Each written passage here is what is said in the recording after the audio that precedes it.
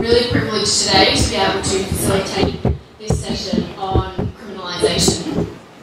I work for an organisation called Good Shepherd Australia New Zealand, where our focus is addressing systemic disadvantage for women and girls in Australia and New Zealand, but also our organisations in 72 countries around the world, including here in Malaysia.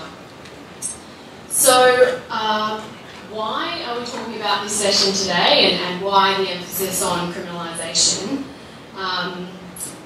Countries often use criminalisation or the law to initially address child marriage, and by criminalising child marriage, we're making a very clear statement that child marriage is a practice that is not acceptable.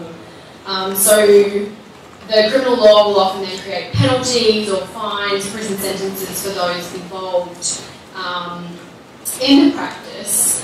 But I guess the challenge that we're faced with is really confronting whether or not criminalisation deters the practice from happening, and what some of the consequences or the benefits of criminalisation is. So in Australia, we criminalised the practice of early child and forced marriage in 2013. So it's a fairly recent development in our law. But to date, we have had no successful prosecution since the law was introduced.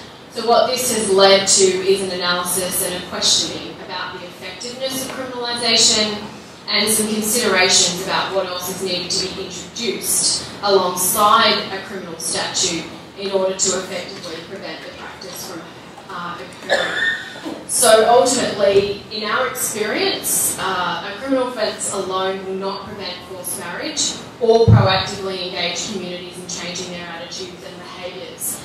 And a recent study that was just conducted by the Australian Institute of Criminology in Australia and New Zealand made some really clear analysis about the value or some of the risks associated with criminalisation. And I'm just going to read a little section because I think it's quite illustrative and will set some groundwork for our discussion today. The significance of criminalising forced marriage in Australia was clear-cut and conveyed an absolute message that the practice of forced marriage is not condoned in Australian society, and there is a preparedness to take punitive action against those engaged in the practice. However, stakeholders were undecided as to the true protective nature of criminalisation. First, there is the question of perceived consequences for victims who report to the police or another authority, and the extent to which this weakens their resolve to seek help. Immediate consequences include threats to personal safety, jeopardising family relationships and community inclusion, and the possible fate for implicated family members. And secondly, there is the uncertainty as to whether or not laws prescribing forced marriage would have any real difference, deterrence effect, particularly on those committed to continuing the practice. So this is what sets up our conversation today around why criminalisation and what some of the complexities around that would be.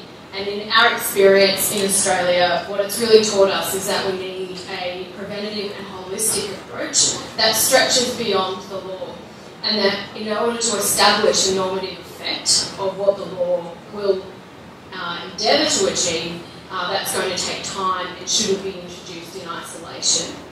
So today we are joined by three panellists who are going to share their perspectives and their experiences with the issue, particularly in terms of a legal response. So how our session will work today is we'll have a Q&A panel, and then we're going to turn it over to you. We've got 6 focused questions, so in smaller groups to really sort of start thinking through the various areas of complexity, and then we'll join back together as a larger group so that you can have the opportunity to share some of those things that you discussed in your group. So without further delay, I'm going to introduce our panellists to you. So first of all, we have Madhu Meera. Madhu is joining us today from India and is a feminist lawyer and the Executive Director of Partners for Law and Development, which is a legal resource group working on women's rights and social justice. We are also joined by Faith Mwangi Powell, who is joining us today from Kenya, and is currently the Global Director of the Girl Generation, which provides thought leadership, strategic direction, business development, and technical oversight for global activities. And then we are also joined by Vimbai, who is coming to us today from Zimbabwe, and she is a legal officer at Women and Law in Southern Africa. Her areas of expertise include legal rights, education and capacity building, gender justice, and equality and legal empowerment services. So I'm just going to scoot on over here, and we're going to start to hear from some of our panellists.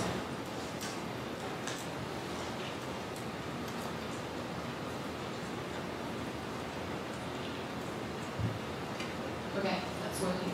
So, Madhu, I'd like to start with you, if you don't mind, in just sharing with us a little bit about your work and also the current position of criminalisation on child marriage in India.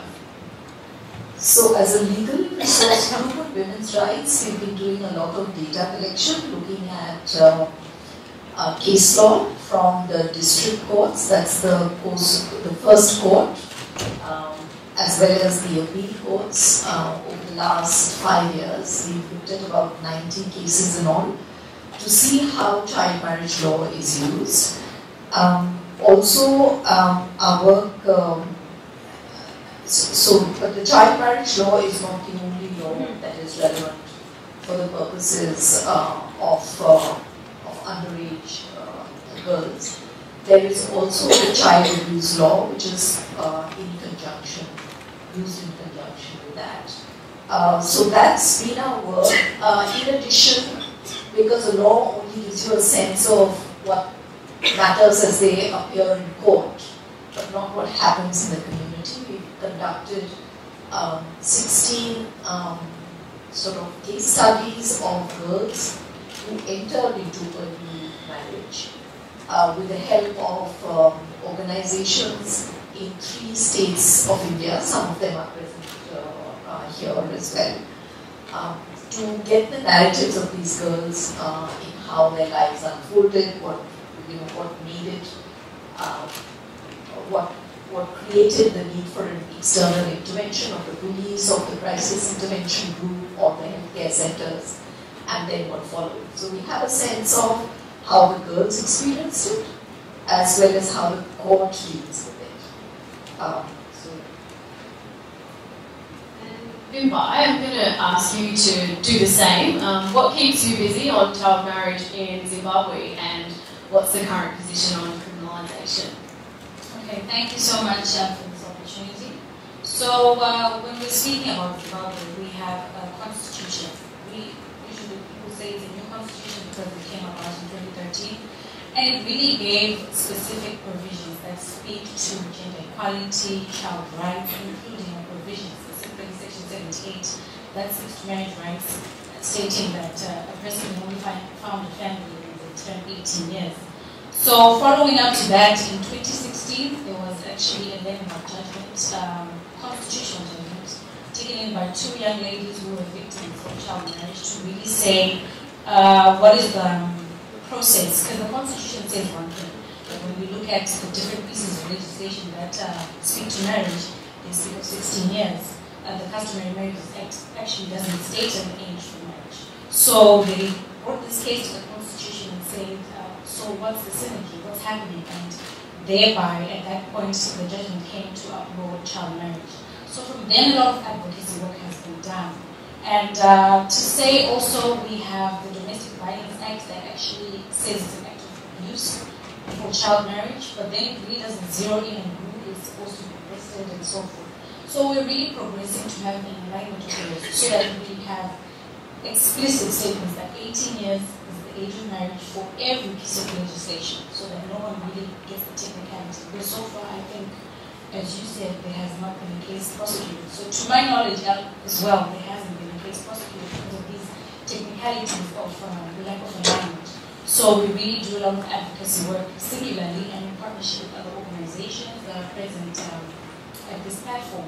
And also, we have new funding and new projects that has come up where we're actually working in line with Girls Not Brides and what is known as the Child Rights Coalition in Zimbabwe.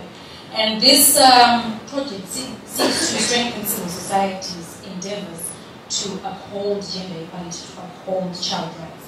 So this project is very new, started in October 2018 till 2021. So this platform is for us to learn on how to advocate for criminalization and to really have a way forward. So yeah, this is what we have to remind. Thank you. And Faith, your perspective is unique, I guess, in terms of a lot of your work has been happening around the FGMC space, and we've invited you to contribute to this discussion to also look at what the relationship between child marriage and FGMC is, but also what we might be able to learn from the progressive work that's happened in that area. So why don't you tell us a little bit about what you're doing, and I guess some of the impacts of criminalisation on FGM and what the impact that has had on affecting the practice. Good afternoon, and thank you for being here. I know there are many rooms with many things going on, and you chose to be here. So thank you for flying with us. So I like that when they say that in the airlines. So thank you.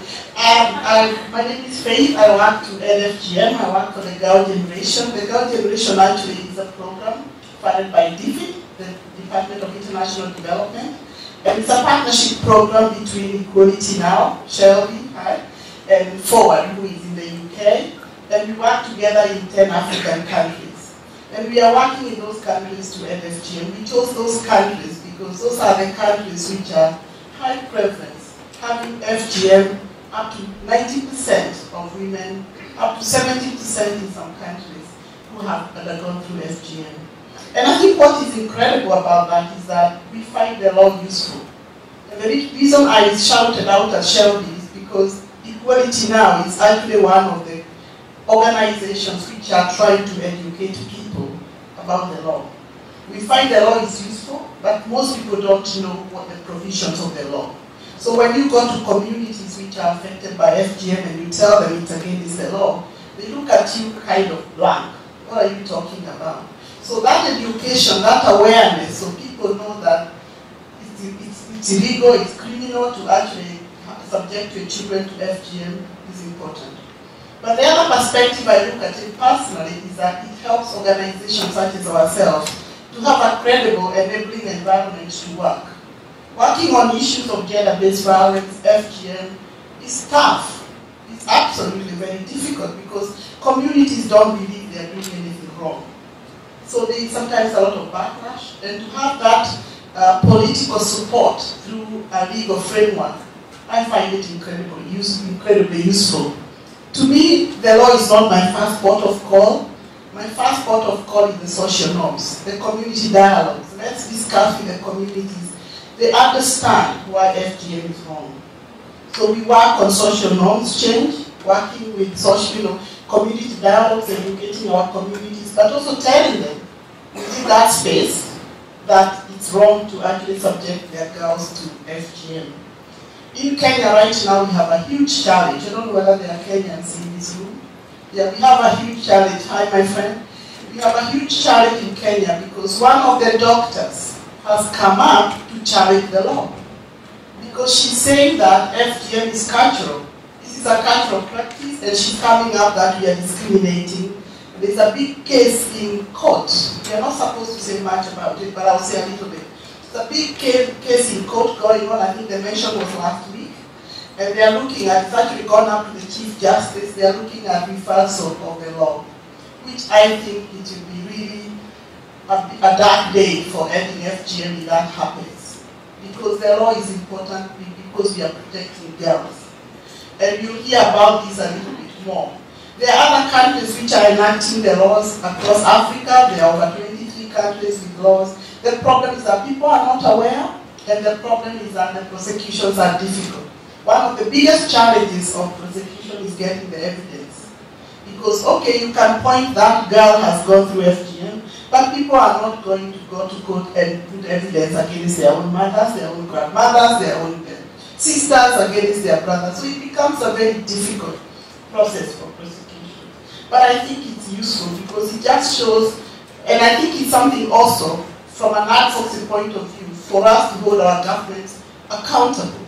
To say, you have put this law here, you need to provide structure, resources for us to actually work on this issue. So I believe it's very, very useful, but I want us also to educate our community so they understand that it's wrong to do this. Then that way we can then start holding them accountable. It's very difficult. My experience is that it's difficult to prosecute, but there are some prosecutions which have been successful. I was talking to our office again in Kenya about it's called the ODPP, Office of Prosecution, and we're saying they have 74 cases pending, but they're waiting for evidence. They're trying to get people, witnesses in court. They're trying to get people to come and speak about this issue.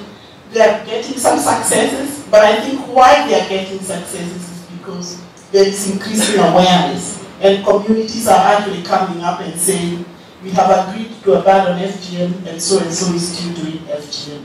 So I think that's why it comes hand in hand. It's a comprehensive approach, and there are places we are winning, and there are places we need to work a little harder. Yeah, and I think what you're drawing out there, Faith, is also the importance of having criminalisation alongside other things. You know, you've drawn out a really significant challenge, and that is in people's willingness to report, and also the difficulty of actually getting a prosecution, which also begs the question about whether or not prosecution is in the best interest of all of the people that are involved, and then also highlighting the significant benefit of engaging and resourcing work on social norm changing, because criminalisation essentially works for when it's already happened, but we want to kind of work at the point before it happens.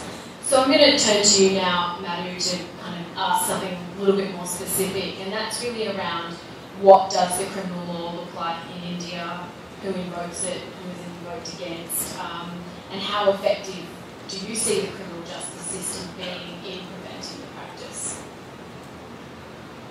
So I said there are multiple laws that apply here. The family laws, which are based on religion, essentially some of them have 18 as a minimum age, but where there's a custom to the contrary that prevails, and under Islamic law it's puberty, that's the age. Then there is a child marriage law which sets the 18 as a minimum age, and if a marriage is being organized and if stopped at that time, there is a penalty attached to it. But if a marriage is contracted, then it remains valid.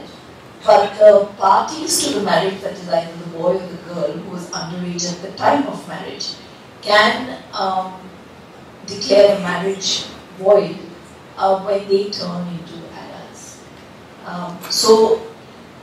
It also gives women and girls a lot of rights in terms of financial support and maintenance. There's a push currently, there is some talk, and international organizations are players in India as well, calling for full criminalization, no exceptions. There is, in 2012, the child sexual offences law was introduced, which increased the age of sexual consent from 16 years to 18 years. We also have the law on abortion, which doesn't allow girls the right to consent to abortion. So there is a whole process by which that is orchestrated.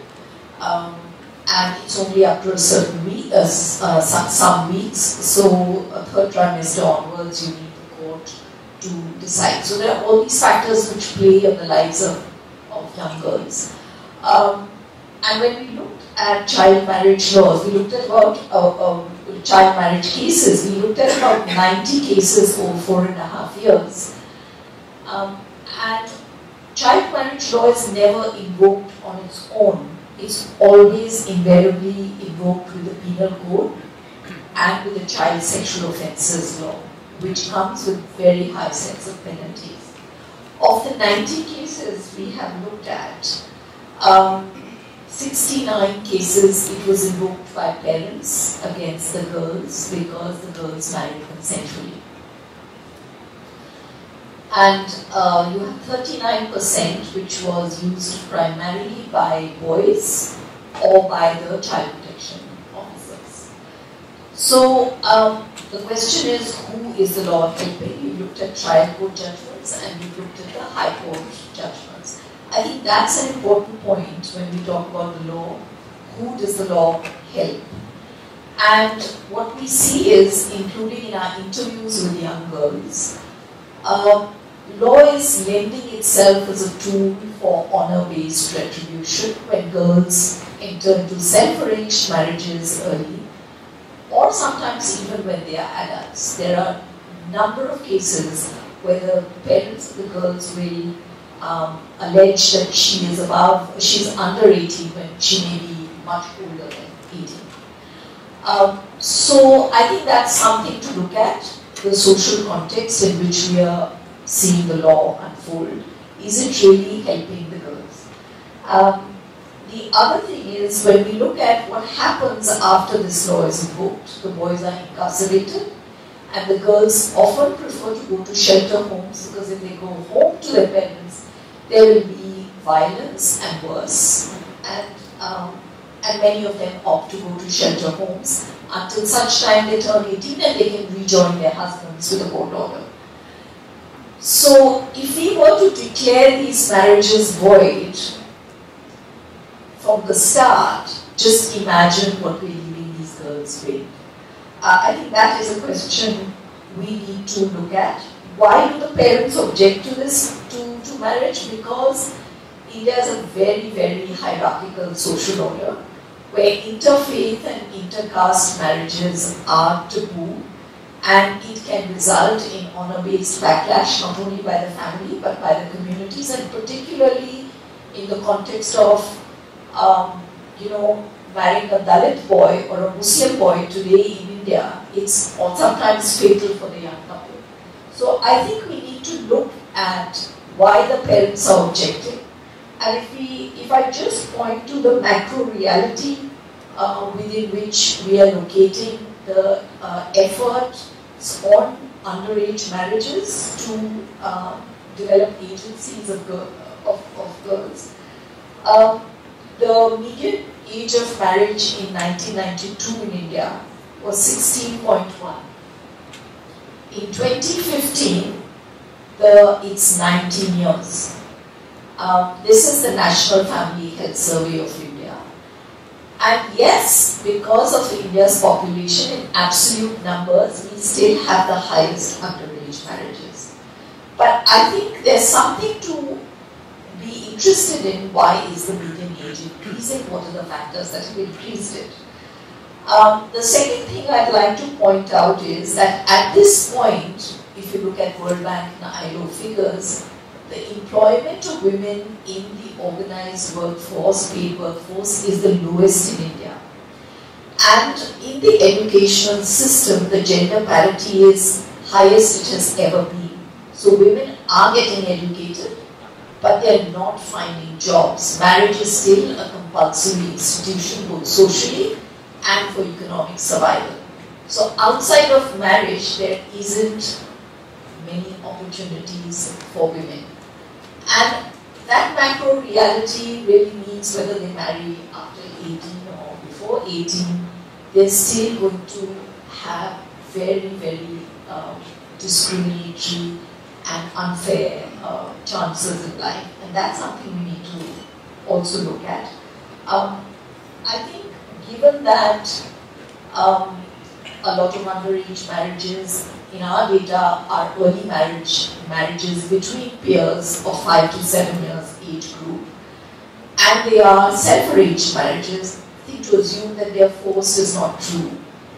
And so I would say that we need a more nuanced response, and criminalization would play into the hands of patriarchal forces completely without empowering or enabling agency at all. I think that's, definitely worth a round of applause. And really bringing out that nuance is really something that struck me throughout today, but also in my work, that we can't just assume that a single solution like criminalisation is going to address particularly all of those macro factors, and that it sits along the spectrum of intervention.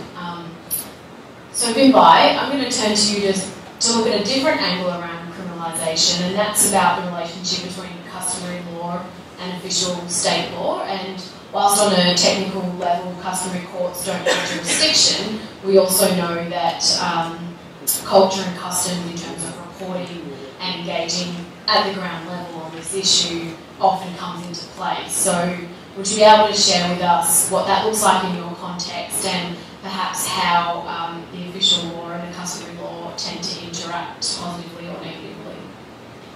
Thank you once again. When we're looking at the Zimbabwe context, we have the general law and the customary law. So when we're talking about customary law, we really pertain to chiefs and traditional leadership. So they do not explicitly have jurisdiction over criminal matters, as you mentioned. But however, they have jurisdiction to adjudicate issues that arise or that have a link to custom or culture. So naturally, you find that there's some synergy when it comes to child marriage. Some of the origins of child marriage come from some cultural beliefs, some religious beliefs. So when this happens, definitely because of the campaign, the 2016 campaign after this landmark judgment, a lot of campaigns were done to really inform people, including traditional leaders, about or against child marriages. A lot of work has been done to try to engage traditional leadership on reporting the cases, because once a family, usually when it happens, somebody has fallen pregnant, a girl has fallen pregnant. So when this girl has fallen pregnant, the family then decides, no, it's better she goes to whoever gave her this child. So when that happens, the community know about it, definitely. It's very often that it's, these things are done in secret. It's always in the open. A child from such and such a house has been, there's a statement that is used in our language, kumitiswa, and then that's maintained like she has been given a child by somebody. So when that happens, you're already labeled, and for the family to exonerate themselves, culturally, socially, they decide it's best to send this child to the family or to the man who has given this child a child. Clearly, it's a child with a child.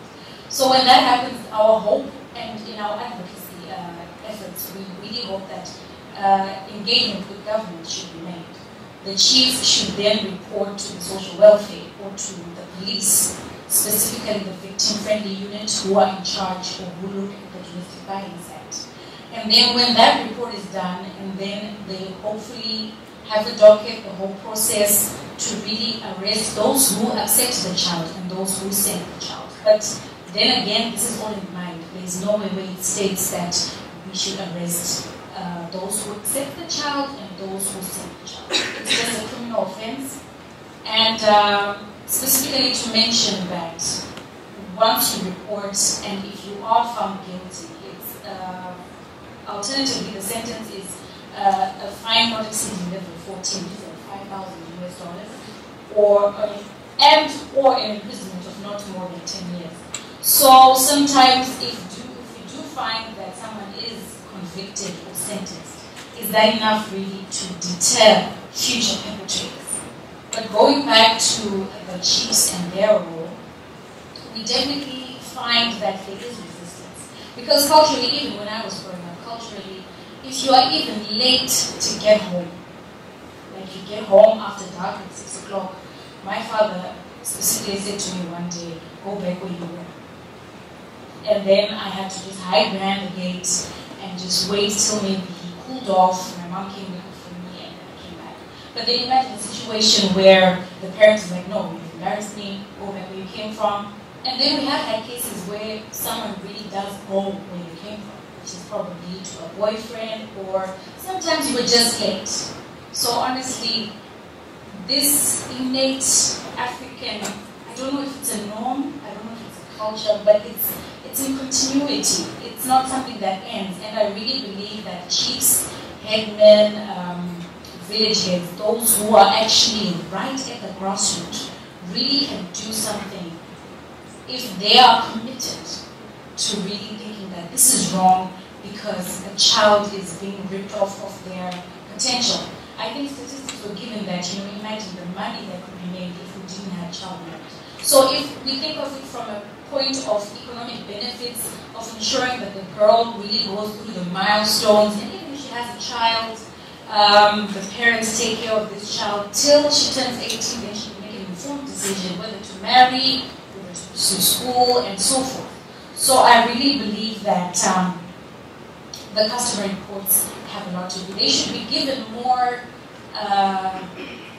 accountability. More of our work is in advocacy, because as I stated, Zimbabwe doesn't really have a child marriage, but I really admire that statement.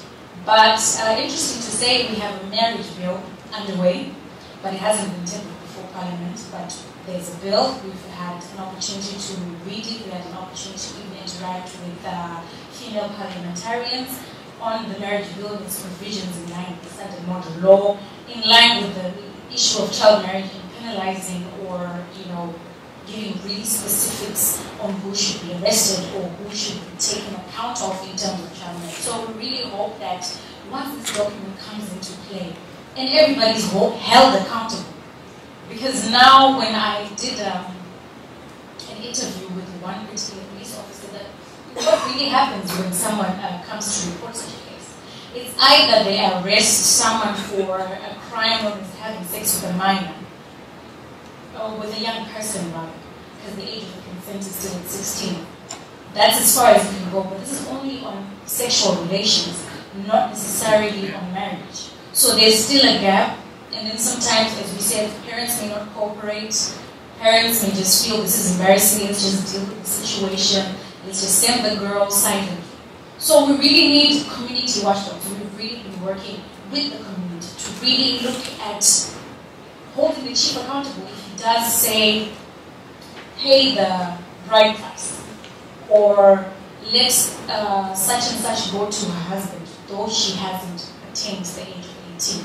So we've really been working, trying to get the buy-in of the communities, buy-in of traditional women. I cannot speak of Zimbabwe as a whole, but I can speak of where we've worked. We had a particular project where we actually had a competition that whoever reports the highest case of child marriages would get a prize, or would get coverage, or would get some sort of benefit, to try and just drive some sort of momentum in this particular community that we had identified. And it worked. 15 cases were reported, none were prosecuted, but the girls who had either willingly left and gone to the place of the guy, or who had been forced to go, returned home, with the help of the social welfare, with the help of the police. So I think it also goes back now to a multi-sectoral approach, that each party has a part to play.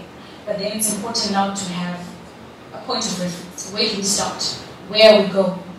But definitely traditional leaders have a role to play. In this particular project that I was speaking of, that is coming up now, we are working with a particular tribe or a marginalized group that actually practices initiation ceremonies for girls between 10, like when they have their first period, they go for an initiation ceremony, and this ceremony is specifically to train them on how to keep a man happy, or how to make a husband happy. So as soon as they are finished with the orientation, there are men there waiting for them, waiting to pray on them, and this, we just feel we are trying to advocate with this particular group that why not take girls at a later age? Why these children who then in their minds believe this is my role, this is what I'm supposed to do. Once I'm trained, once I have this husband, I've achieved the goal. Why not focus on something else? So it's a lot of work, it's a lot of influence of culture, social norms, beliefs, socialization, gender in itself, the particular roles that we're given when we are young. Then you start thinking, no, I can only do this, I can only do that. Because I know even at my age, without marriages is different, somehow something's lacking. So you can then imagine now with a child who has no choice, who really doesn't know what is right, or hasn't had an opportunity to just experience life before making an informed decision. So I really believe culture, customs, social norms really have a part to play.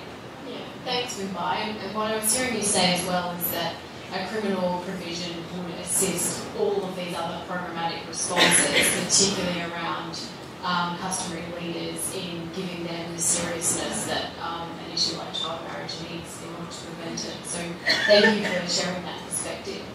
And Faith, I'm going to ask you really about those programmatic responses. So in your experience of working to address FGM, what are the accompanying programmatic responses that come alongside legal reforms, for example, addressing the lack of opportunities for girls, and to just illustrate for us a little bit around what comes alongside criminalisation in order to make it effective? Thank you, that's a difficult question, but I'll try. I think one of the things we try to do, and I said earlier, we work in 10 African countries. What is the most important thing is to understand what are the drivers of FGM. It's never to assume that what works in Kenya will work in Burkina Faso or will work in the Gambia. It's always really understanding what are the underlying factors that drive this practice. And that's what we do when we are working in our own project. We try to find out who are the critical drivers, what are some of the motivation, what are the norms, what are the people saying about FGM. And even in one country, for example, Kenya, where I live, having one region, there are about 16 counties in Kenya which have very high prevalence of FGM, although it's a bit widespread than that. Even having one region tell you the reason why we want to do FGM is because we want our girls to be clean, that is just one region. The other region might tell you, oh, we want our girls to be ready for marriage. The other region might say, oh, it's our culture, it's our religion. So understanding all those things, then as you craft your messages, make sure that you are addressing those underlying issues. So one of the ways we do is addressing what we call addressing the social norms. So identifying what are the norms which are driving FGM, creating community conversation, and having a dialogue with the people who are affected by the FGM, giving back the power. I said earlier in a different conversation that if today I went to West Pokot, an area in Kenya, and started telling people to end FGM, they would not listen to me. They would be looking at as an outsider coming to tell them what to do. But if there was somebody from that region who understands the norms in that community and is empowered and can talk to those communities about FGM, that's the right person to work at that community. So we work very much with the grassroots communities, empowering them, educating them, not really educating them, it's learning from each other, and hate that word, educating people, learning from each other and seeing how we can work together to end FGM. The other piece we have to work with is our government. I know sometimes we see the government as a big bad wolf, but they help. And it's holding them accountable to say we cannot do this alone. So in partnership, in many of the countries we work, for example, in Kenya we work the anti-FGM body, which is a government body whose work is to actually end FGM in Kenya. In Burkina Faso we are working with CNLP, it's a French name, I can't pronounce it, but we work with that body who are actually the people mandated to end FGM. In the Gambia we are working with the Ministry of Women Welfare, again that is a ministry which is mandated to end FGM. And why is that important? Because as I said, we are a program. If we end today, then we are building capacity of those people who have the staying power to be able to carry this forward. We are working with organizations like Equality Now. I talked about that earlier with Shelby. Because one of the things we found in many of these countries, while there are laws there, the people don't understand what the laws are.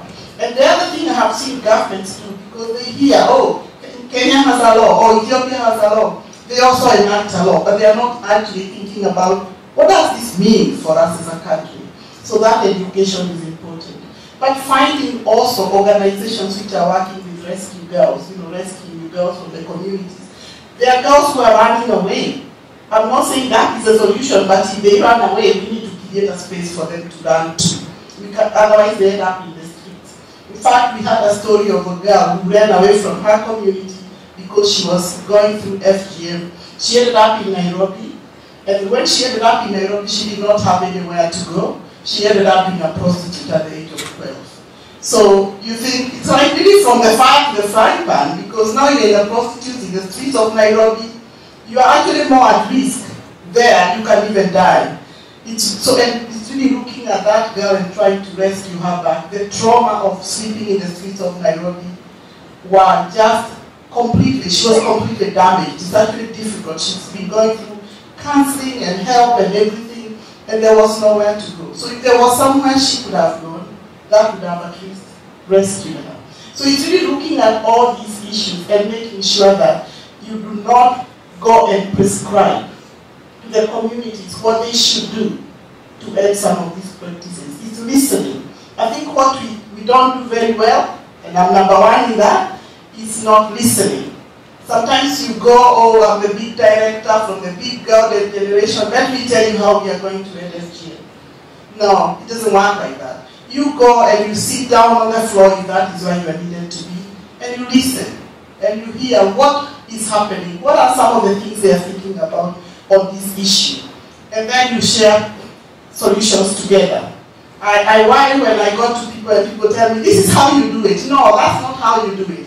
Let's go and figure out with the communities. I can tell you in Kenya, we have maybe 20 different ways we end FGM, because we are talking to 20 different communities, telling us different things. So for me, it's really willing to go and listen to those communities and make sure you give them the resources they need, make sure you are there, give them the space, the platform they need, so that they can actually be at the forefront of ending the practice, whatever you want to support. Actually, for me, you are a support function. So that's how we try to work with it. But the other critical piece of work we try to do is to work with young people.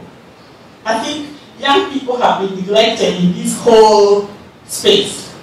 And what I believe, and I keep saying this, and I think I said this so many times, is that if all young people across Africa, if all young people in the 10 countries we work said today that I will not cut my daughter, if they just say that and they actually follow it through, we can end FGM. It may be too late for themselves, maybe they have gone through FGM, but if they actually came and made that commitment, and we are working with the young people across Africa so that they can at least be empowered to make that commitment when that time comes. And many of them are saying that. We are working with ambassadors, really girls who have gone through FGM themselves, who have the credible messages of saying how FGM has affected them, empowering them, giving them the spaces so that they can share their own personal stories. That is a powerful statement than me sitting here to tell you how to end FGM. Hearing from somebody who has experienced it, hearing from somebody who really knows. You know, they say the shoe, the wearer of the shoe knows where it hurts. So making sure that we are giving those people spaces, but not just using them as conference tokens. It's using them really in your programming, because we can bring them here and then once we go back home we forget them. It's involving them in programming so that they know they are part of the program, they are part of that initiative, they are informing and advising and also receiving the resources. The third thing we do is working with media. Media has power to actually spread the news of FGM. Media can make or break an issue. I saw in Kenya they make it very sensational, they talk about all the things. It's talking to media to talk about this issue properly. These are human beings. And one of the principles we use in our work is the do no harm principle. That we are not going to condemn or criminalize or abuse people. You know, language like this is barbaric, this is backwards, this is evil. Let's have a proper conversation. The moment you come to me and you tell me I'm backward and I'm barbaric and I'm evil, I'm not going to listen to you. You are insulting me. So don't insult. Let's have a conversation. Tell me this thing you're doing. Why do you do it? Let's listen to one another. So we are very careful that our dialogue are very listenable and really hearing what the communities are doing. And importantly, strategizing together. So that when we leave, because we leave and go back to Nairobi or wherever we came, right now I'm in Malaysia, somebody must be working to end FGM in Kenya. So when I'm in Malaysia, they are still doing the work. Or when I'm in somewhere else. So for me, it's the listening, but I think also the sharing. That is a very important piece. Let's share information. I say success breeds success. If I hear you are being successful doing something, I think I want to try it. So when communities are ending FGM from Senegal, from Mali, from Burkina Faso, from Kenya, let's share those stories so that people know FGM is ending. And the final piece which we do is to bring resources to the grassroots. We have established an FGM grants program where we are giving money to grassroots organizations. And 56%, and this number started me, even myself, 56% of the people we are funding have never been funded by anybody before to end FGM. And they have been working on this issue for 10 years. And we are transforming communities. And we are giving little grants, 2,000, 4,000, 20,000, 15,000, whatever you need to end FGM. And we are seeing incredible. And I'll leave you with one story. We gave a grant of $1,000 to a community in Kenya, Maasai community, and with $1,000 they were able to transform 3,000 Maasai Morans, young Maasai men, to do a campaign where to say that every woman is okay. Before they used to say, I will only marry a circumcised woman. Now they are saying it's okay to marry any woman. And they have resolved not to cut their girls. If 3,000 men can say not to cut their girls, they have maybe 3 daughters. You can do the maths. What $1,000 can do. So never really undermine what capacity you have. But I think importantly, we are here in this conference, let's learn from each other. And I want to say that the fact we are sitting here at this front doesn't mean we know more than you. So when we go to the groups, please let's share so that we get very enriched with the conversation, so that when we go back home we can do better by learning from all of you. Thanks, Faith. And I think I'd like to just pick up on that point there around moving to the groups now. The group photo definitely took up some of our excellent sharing time. So we're going to have to do a little bit of a speed round on our group discussion. So we'll have 10 minutes in small groups. There's 6 focus questions. You can sort of gather here or outside if that's more comfortable for you. And if I can ask that each group has somebody taking notes on the piece of paper that has the questions on it, and also somebody to nominate to share back with us what you discussed, but we need to keep it to a top line summary because I know you're probably going to have some pretty detailed discussions, and sadly we don't have enough time to hear it all, but the purpose of writing it down is so we can collate all of that information, and so when you nominate your spokesperson, if you can also be concise in your feedback remarks, that would be very much appreciated. So I've got the questions up here, and we'll just sort of gather around those questions. There's some sheets have more than one question. If you find it more productive to just discuss one, that is okay too. There's no hard and fast rules about the discussion that we have. So I'll just grab the questions for you and we can start discussing.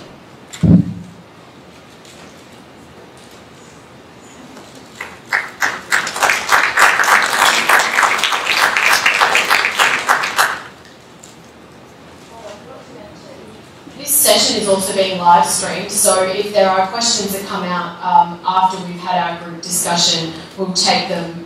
So those people who are participating in the live stream obviously don't have the benefit of this discussion now, but if you do have questions, please let us know and we'll endeavour to add them into the discussion in 10 minutes' time.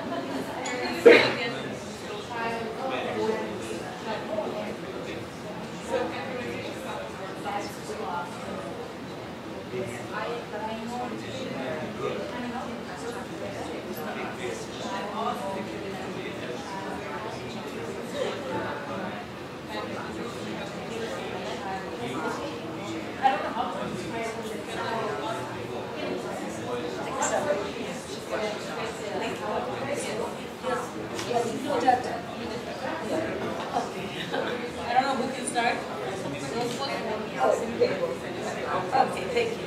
My name is Meera, and part from my conversation is about we are talking against trafficking, forced marriages,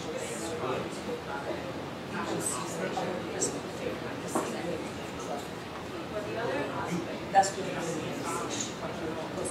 They are saying very significant changes in financial change. So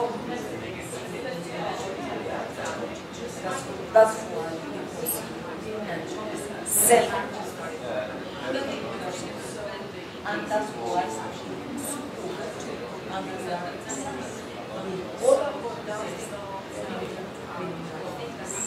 forced marriages. So when you say that the girls' marriage they are forced marriages, so we have to make a distinction. If it's really that, because there are ways of marriages.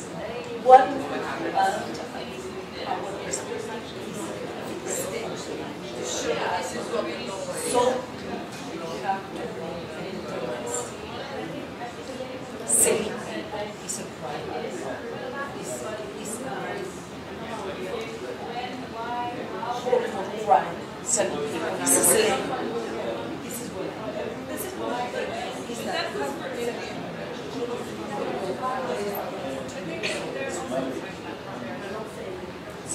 second crime. Third crime.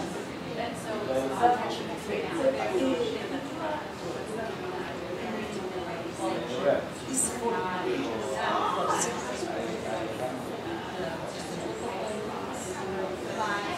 so also that but is well and there are like servants of the husband's family. So there are many crimes around this child marriage. It's a big title.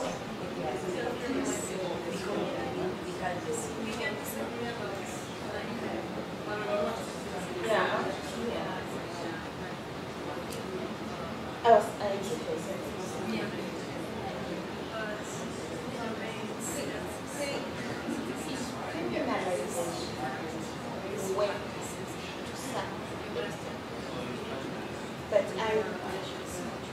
I believe, and this is informed by some of the that to some extent why do I say so? You have a conflict when you get there, you say, okay, for example, there is no question. You're going to force pregnancy, she's forcing, and the forces what the voice of it was mentioned.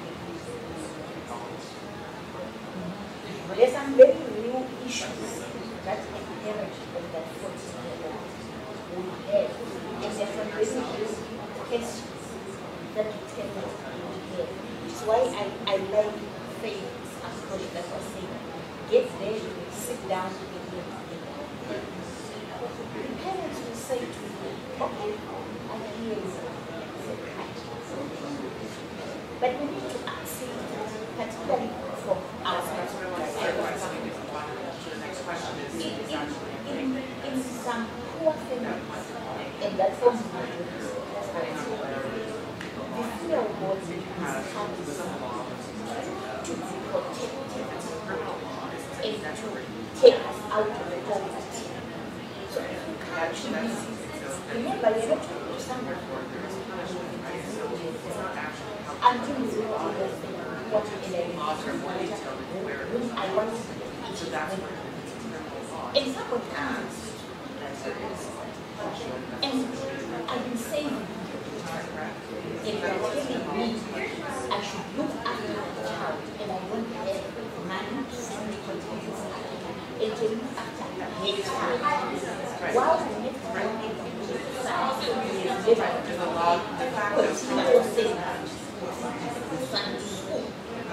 so there are many issues. There is poverty, there is the issue of anything is not that cannot. So my daughter was she can continue this, but because I have to become a mental and I can't afford it. And I have to continue and I can't afford it. Fine. But I'm trying to put us in the mind of parents who that's why. This is a 2-minute warning, and I feel very sad to have to give you a 2-minute warning, but in 2 minutes' time, we'll need to share back a key point of our discussion.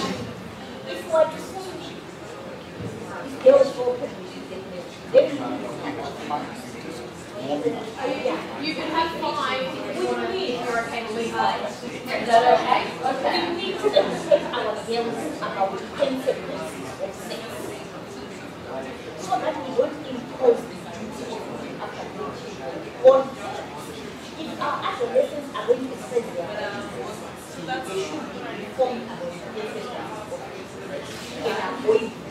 Because a parent can tell you, when she makes a decision to go in a nice place, she doesn't consult me, but when she has a baby, she goes to me. And that's real. We have to accept that's real. And then when we say your child should go to school, what real alternative is there for a parent not to teach the child and what the child that you want them to pay fees? Those are the barriers. There are barriers, they must not be able to pay. There are barriers of distance to school. And the girl child may feel tired to continue going to school. There are barriers of parts of education that is offered in classrooms. Some classrooms do not take. There are barriers of sometimes when they go to their young man, the time they don't go to school, go to university. And the time they don't have answers. So those are the barriers that we have to deal with in addition to criminalizing. Because even if we criminalize, and there are these issues around male child safety, we might not be successful in the community. And the ideology is to catch with the community. That's what I think.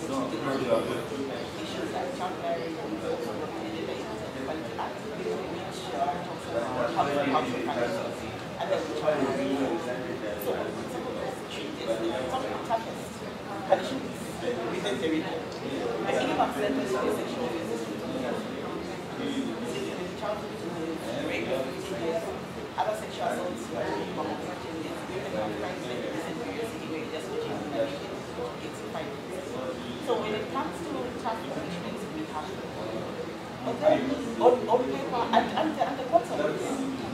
The courts are working and they have but then it's more further those who are causing the so what's happening now is parents are getting married to the child or the child is raped or molested and then and the payment is made when the marriage is agreed. So anyone who knows that is also going to be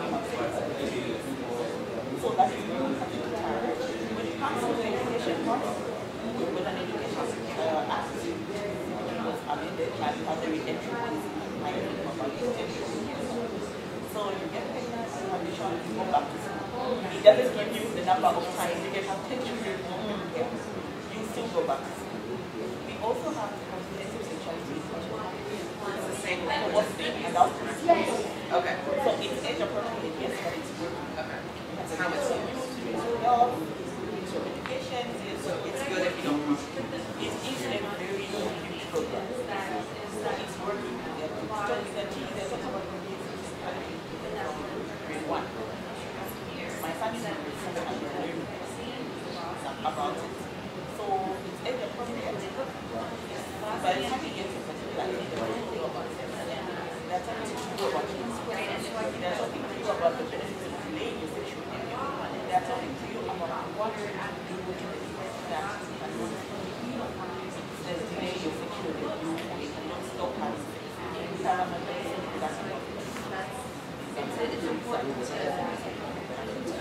So they also get up young. But we have the same problem as we have attitudes, we have all those barriers that you talked about. How is an adolescent going to go to a facility and access a certain service and find a provider who will know their values, override the interests that they're supposed to serve for the person that's going to access the service. So that is when I receive values clarification. But then where are the resources to start clarifying everyone's answer? So we have all those problems that are happening right now. Yes, even something to do with it. We have customary law, statutory law. For a long time, the defense for most people are married. Those precedents where someone were in a man who was so that was this I can work with a very long time. What I'm saying is just my wife and but I don't know but now something is showing how you can have all those things all those things so in terms of that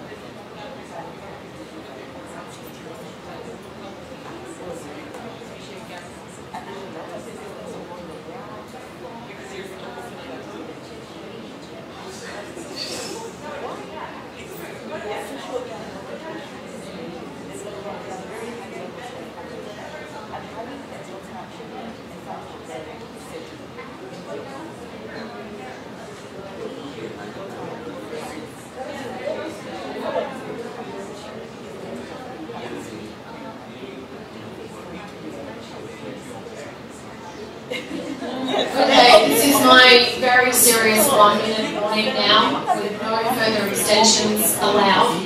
I know, you can sit and talk all night, but we're going to need to have your representative in 1 minute's time with your one highlight from your group discussion.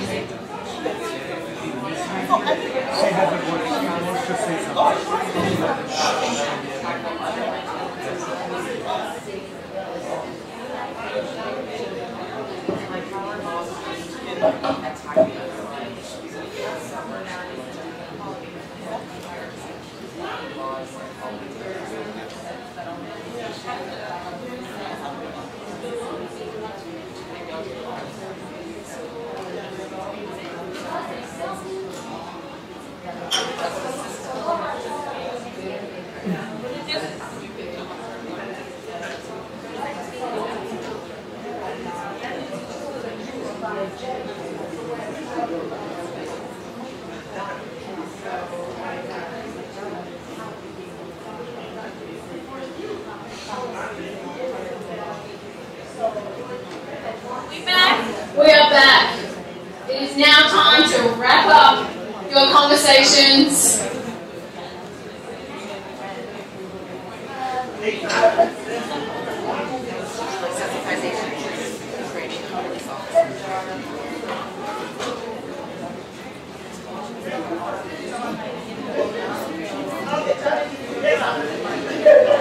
Okay.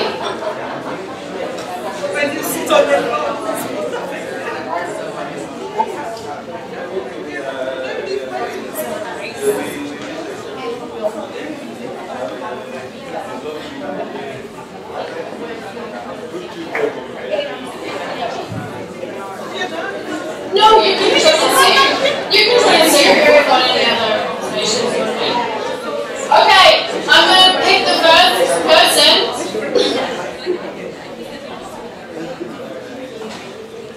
Oh. You were allowed to leave it 2 times. I'll do you once. Okay. Damn. So.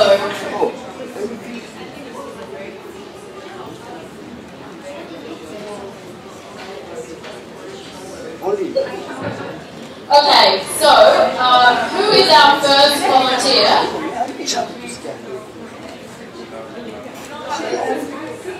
I'm just pretending like you've actually finished up and okay, who wants to volunteer first to share their group? Okay, come on down.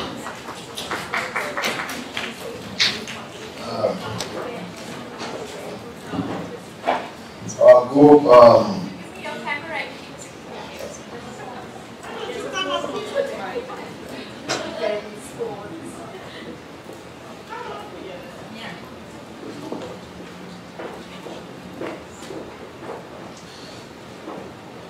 we discussed the issue of men and boys' involvement, whether they are likely or more likely to end child marriage when they reach criminal penalties. In our group,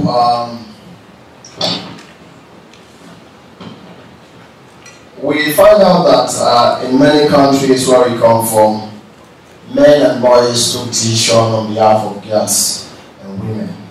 And so sometimes it's very difficult to women to decide their own fate. So involving men and boys in any child marriage and that of LGM is very important. They will play a very key role because they are the perpetrators. Many times as civil society organizations, when we go into community to tell people about child marriage, ending child marriage, we do not consider men and boys. They are left out. They need to be involved. And when they are involved, there is a possibility that they will contribute in ending child marriage. This has to do with more discussion, more community engagement, dialogue, and it has to be continuous. It's not a one way out. And it is not good when we go to communities, we tell people that you are the perpetrator, you are the perpetrator. No, that one is not acceptable. Because that one will drive them far off from the community. We need to bring them forward, we need to engage them continuously and tell them that their involvement has a very long way to change the life of women and girls in our community. So continuous engagement, dialogue with the boys, we help them to change the life of women and girls in our communities. Thank you. Okay, where is our next volunteer?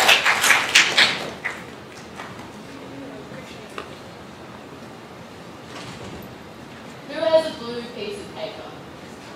Okay, great.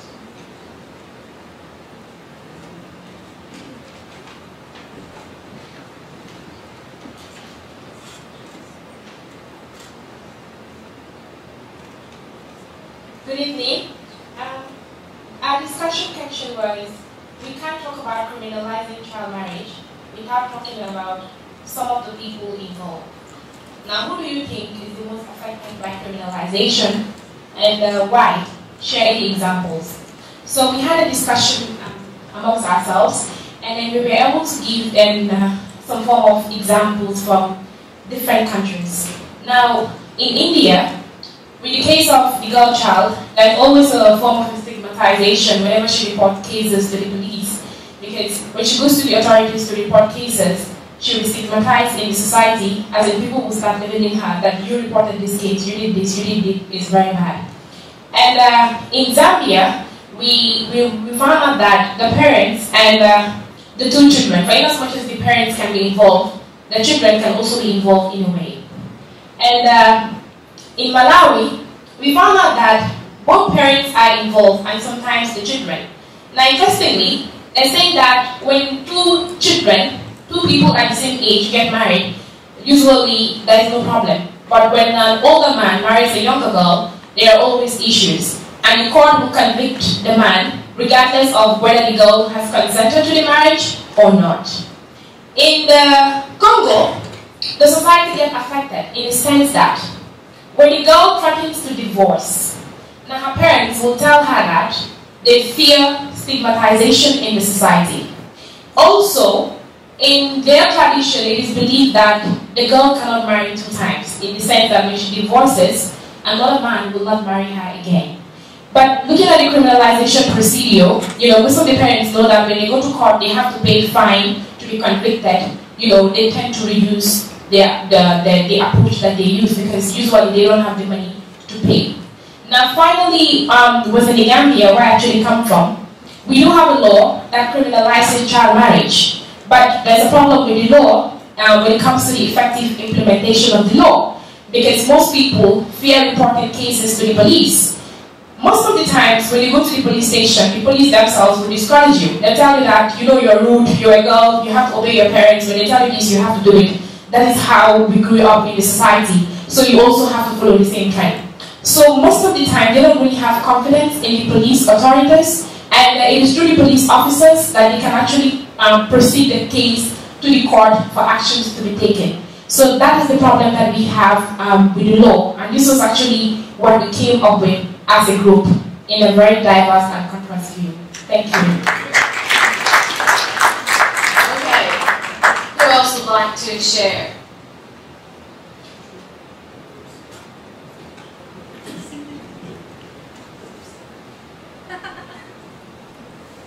Yeah, come on up.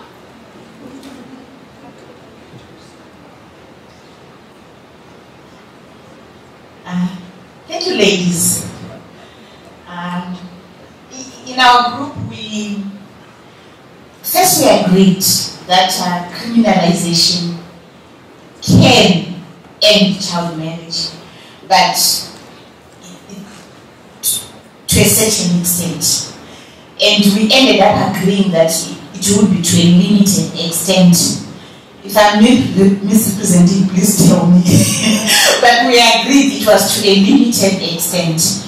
After sharing different experiences, we had experiences from Mexico, where the interpretation was that forcing a child to get married was trafficking, and it's an offense, and usually those young children would function as like family slaves where they would have been married off.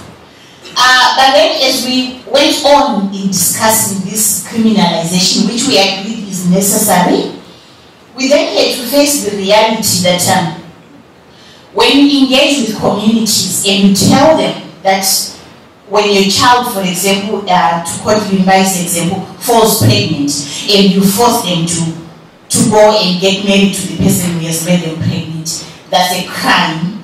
It's a crime for the receiving family, it's a crime for the sending family. Communities are saying, so what do you want me to do? And that's a reality for them. And we are dealing with poor communities, poor caregivers and poor parents who look at the female body, whether we like it or not, as currency. They are looking at their daughter and they are saying one day she's going to get married and things are going to improve in this household. And you then tell them she has fallen pregnant. If you make her get married, you get arrested. So you have to find resources to look after her and to look after her baby. To a poor parent, that is unfair.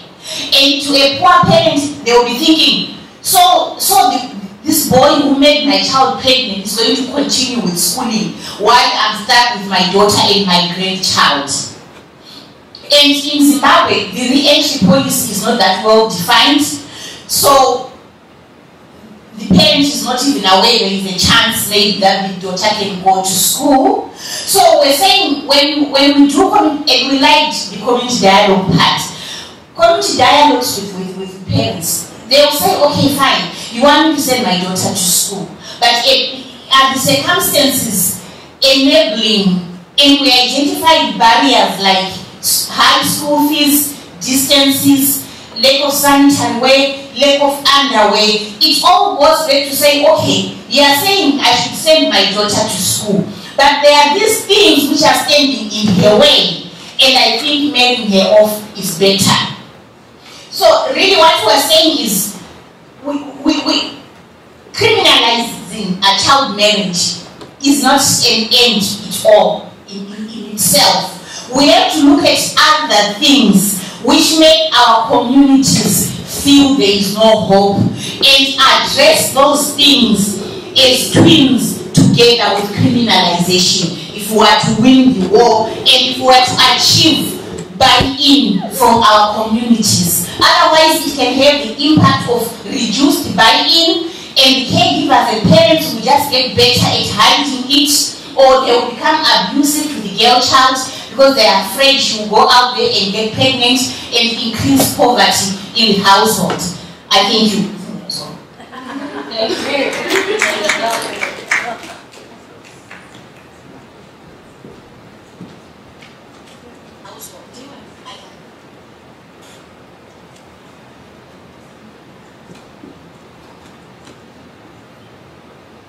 Thank you. Good evening, everyone.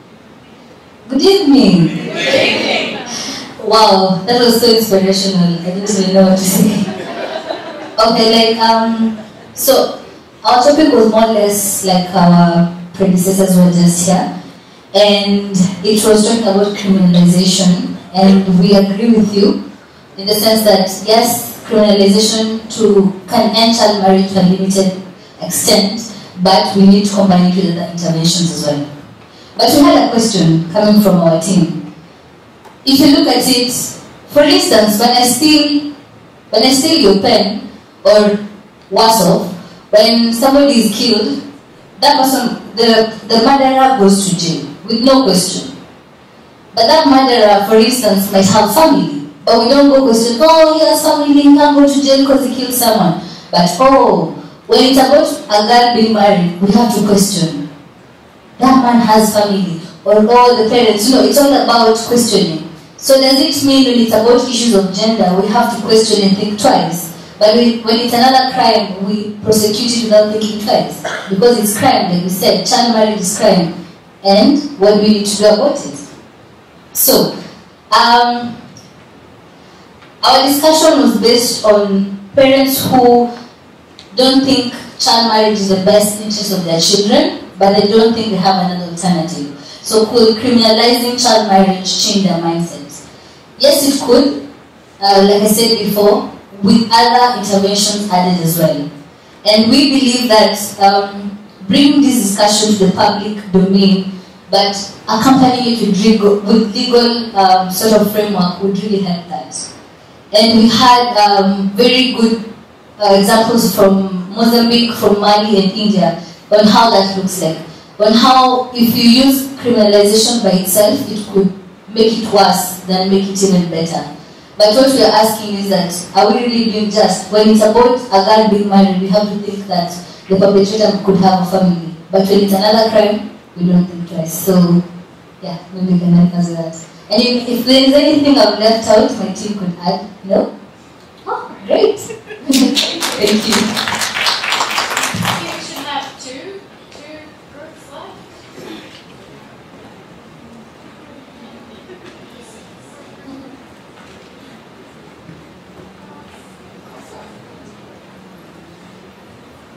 I'll try to represent my group, but please somebody join in. So our group talked about, does criminalization help girls? And we decided overwhelmingly that the answer to that is no. We could think of very few examples where criminalization has done something to help girls. And we felt that it really wasn't going to get us to where we need to be by 2030, and it's really not going to be the solution. We did talk about how legal frameworks are very helpful, and that they're great for messaging and for building a framework, and so they are important to think about and consider. So we might want to do some things to think about what is the anatomy of a good law, what could it look like to have laws that can be helpful and protecting to girls and empowering. There are some good practices we can learn from, so where instead of having criminalization, you do something like community service, or you create rewards and you build ambassadors in the community who do things like really represent a different model other than the child marriage model. We talked about how child marriage just isn't linear and there will be no one linear solution. The criminalization, what it does is not only is it harmful to the girls, but it's harmful to the families and the society. It takes away the fathers who are maybe the breadwinners, and that really the girls themselves are speaking out about criminalization. They're providing examples of how when they reached out to the helpline, it's really ended them up in a worse situation. They're ending up separated from their families, they're ending up out of school and in shelters. And so the girls themselves are really coming out and talking about how criminalization has done nothing to benefit them. Setting a minimum age, again, is something that can be a helpful benchmark. But it's the legal penalty in which we're really seeing that there isn't a benefit.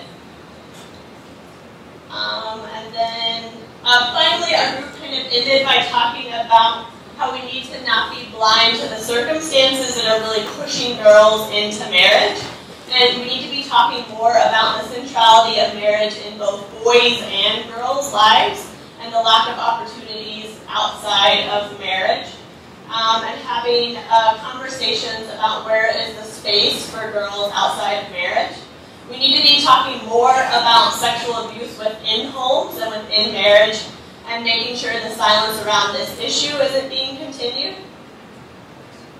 So I think that's really kind of the majority of our conversation, in case anybody wants to add. Okay, great. Thank you for your time. We had one final group.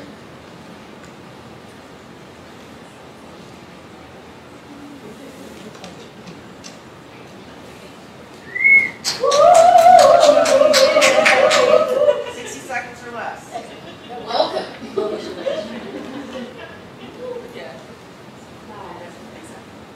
So we spent much of our time really discussing what we meant by criminalization. When we're talking about laws, when we're talking about punitive approaches to the law, and so we were really caught up in that definition piece. And so I think that was a big part is laws themselves can be valuable in setting standards, in raising awareness and having discussions. But when we talk more about the punitive approach, especially in discussion around India, we want to explore more. What does that mean? What are we looking at? The role of civil society. We did say that the law can be used very much to raise awareness, to have discussions, so it can be a way to bring us together around certain definitions. And looking at, I don't know the exact last question here, the law alone, does it change the underlying gender norms? And we had some discussion that, no, the law itself does not. Criminalization itself does not change those underlying gender norms, but what is done with the law, the implementation, how it's utilized, and that criminalization or even punitive law doesn't need to be used only for prosecution, but that it can be used to raise public awareness and for prevention. So we got to have a very big discussion on criminalization. Thanks so much, Shelby. We also have one question from the live stream from the Netherlands, which was really asking about how do we work together and how do we collaborate, because criminalisation alone is not going to address this issue in isolation. So I wondered if any of our panellists here wanted to share your experiences of how we work together or what collaboration looks like in the context of criminalisation. I think it's not just around criminalization. I think it's working together, because I think what has come out here is a need to work, to look at this issue holistically. So the way we can work together is to be collaborating, so that if I'm not working on law and you are, then you actually supplement what I'm doing, so that we can really provide that holistic work.